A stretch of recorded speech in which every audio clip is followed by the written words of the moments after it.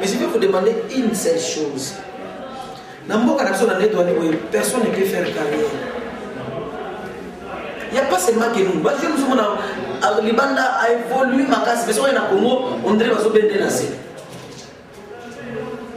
Nous pouvons te connaître ça. Vous allez me soutenir moi comme Pakaloui.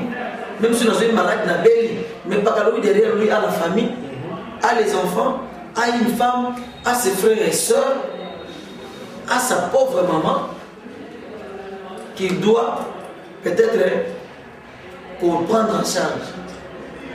Mais quand vous venez sur une poto, question de poser aux Arabes, aux hommes colonies. Ngana zuma au sexarayo, mais ngana ndaku na ngai vie zo kelete. Ba ndeko zo ba kufa, mususu ba kufa pe alera. Bolelo benga famille na bango. Soki bozali entouré vous pourcentage vous à 1%. Batika biso batika basi, biso batika mibali, batika bana. Kenda na mboka na biso osala carrière te. Sinon on va pas pauvre. On sait qu'ici, après on sait qu'ici, c'est maintenant on a souvent moins mon fils pauvre. D'ailleurs, moi aussi, on sait que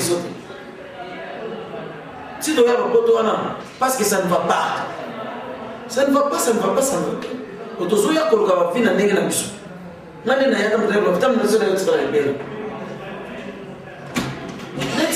que je dois faire aussi ma vie. Est-ce que les familles il y a des belles attentions? Dans des gens moulay. Questionnement.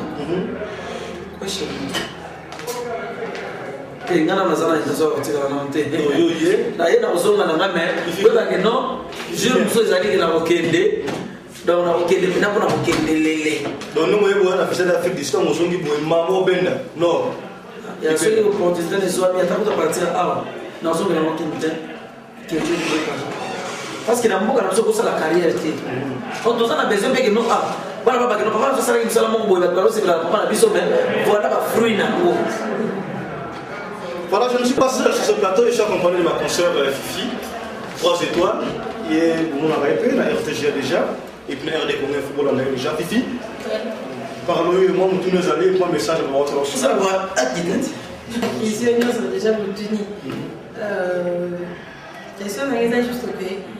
Pour Pakaloui, est-ce que la Kinshasa, les pronos va qu'il y a des poteaux, vous assure que vous continuez comme ça parce que la plupart sont beaucoup de sapeurs, beaucoup de mabana. Est-ce que vous êtes sûr que la poto des arts raison solo pour la bino à comédien pour que pour continuer carrière la bino? Il y a la plupart de gens pour le moment comment faire de théâtre avec François Libousson et les potos. Il y a comment déjà moi c'est pas moi c'est moi. Ah oui, donc c'est ce que vous avez de mon côté. Est-ce que vous êtes sûr que la poto vous continuer carrière na bino ou bien vous avez sa carrière non parce que la plupart des gens c'est que la poto carrière on va dire que sous musique et la buni na monde na théâtre la poto vous avez bien na va combat sa peur non c'est ça vous avez bien quand même pour les gens vous êtes sûr que donc on a eu poto na si aux ana au producteur non sont ya bénéficier au limite aussi quand on sala na yo que na poto comme par exemple sa peur au côté de bala comme on mais vous êtes sûr que les raisons sont c'est bon ça dépend à chacun sa raison et moi c'est que je sais que Zali moi je fais toutes choses avec objectif c'est-à-dire ce n'est pas que moi ma côté Zali qui peut être pour la moto mais si je reste là c'est parce que dans un monde non je peux encore faire quelque chose mais les autres qui sont qui ne aussi là même quelque chose de vous insulter alors au lieu de dire non dans par exemple le nom on vient de pour la c'est tout là qui n'a prototype mais c'est tout là c'est là la poto il continue à sortir de DVD mais vous avez c'est là c'est mon retenir la vie de là voilà c'est mon retenir yo voilà c'est mon retenir là que si c'est on les arrête de non temps sous ils ont anglais au tel là macam c'est ça aussi les mal congolais si on a monté la tête pour aller à Sila mais c'est que je peux encourager aussi et ça que non si on monte que non mon artiste c'est Amakila on ne devient pas par hasard artiste si on va d'abord forcer si on n'a pas tant de changer le moussa mais si on a forcé des choses à la carte maquilla en tout cas et pour le moitié ils ont la yo maman fifi il y a des fois tu as la dame tu as la félicité tu as la maman mususu mais moi on a 2-3 questions il y a qui nous sala donc c'est dans les sons fiston au monde ka ni mususu zo nye kutabazoka donc pas ni les ans ndenge na yo donc attends malgré baba ni mususu mais ce que ça la carte maquilla tu sais comment t'orienter il y a Jamel Debbouze Hassan Marocain. Exemple, on est dans l'exani qui est pas calé par cause de code de couvrir. On a beaucoup m'appelle à autopé na formation au surtout qui peut aux zones où on a une bête. Pour les magasins à Makila là. Ok, donc nous sommes sur des Makila. Il faut que ko ça ne tant la commune à poto. Na il faut na bagino na ça pas calé sauter pour bailler bagina kin. Donc c'est-à-dire on a poto il faut na atteindre public mususu. Na conquérir public mususu. Na conquérir on parle peut-être de l'ingala tête. Il n'y a pas seulement que les Congolais là-bas. Je dois m'adapter na moi Rwanda. Pichi Bandaï là-bas. Il fait des choses que tout le monde accepte. Tout ça la partie c'est bien là. Déjà pour que Jennifer, Babo Firenze, bazar epele pele. Nous regrettons pour nous barano, ça qui tombe militaire retourner naïe. Tu n'as pas talent et belé que n'a pas par rapport à tes que ne pas ça qu'on a parce que n'a pas mon temps à mon qui à mon non il faut qu'il mais c'est que moi je regrette ça quand on il fallait encadrer tous ces talents là bah oui ce sont des bons hein ce ne sont pas des moindres bah oui tout est là au Firenze Jennifer ils vous jouent à la Duchesse Hans Luzolo City Sida Bilele Igor 2 minutes Mame Yenga Maluketu Mame Yenga za chapoto Mame Yenga za na Hollande pesi na semeki na biso mbote Meta Maxi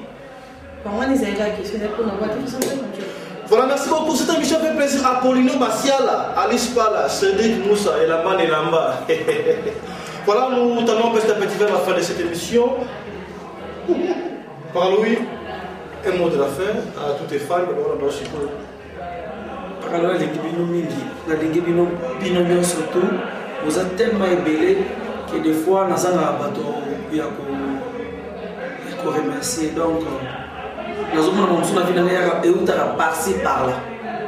Et on a dit que non, ce n'est pas que non. Ah, vous savez que l'émission qui a été. Donc, vous avez dit que donc il et n'a pas essayé de me surtout dans la poto. C'est que j'aimerais vous faire noter à raison de la il faut pour s'adapter. Banani Jean-Claude Van Damme, Abotama Nani Nalumbashi, les parents, papa belge, maman Souli, Nani Katanguez, se retrouver aux États-Unis. Donc, dans la chose, ils allaient la carte. Et si quand ils ont recommandé, on va émerger. Je n'aimerais pas que comme on a et comment la proverbe, mais dans le monde, c'est comment voter. Au poteau, ils ont cimetière, il y a l'artiste. Je sais que tout le monde peut bien évoluer. L'eau Kwakanza a évolué bien à Poto parce que Azaka na monde a évolué bien. Donc, dans le lieu où tu fais des qui mettent au côté, ils ont plutôt attendre de profiter de ici quand tu communes tout ça la formation parce que pour la facilité na Congo na besoin d'arrêter pour la facilité les années. Pour beaucoup ta classe pour la comment les besoins ma mieux surtout dans la salana. Abulia nini les deux années mais kuna otika jamais ko la mtunzala kuna ato zangino mbongo na banque mais quand même au là bien donc tu as la facilité d'aller t'inscrire et suivre des formations. Formez-vous, informez-vous et puis adaptez-vous. Intégrez-vous. Vous s'intégrer, vous n'êtes pas les moindres, vous êtes des grands. Alors ne vous laissez pas faire car pour faire voilà Congolais, moi je crois bien. Eh, pour faire cimetière à partir,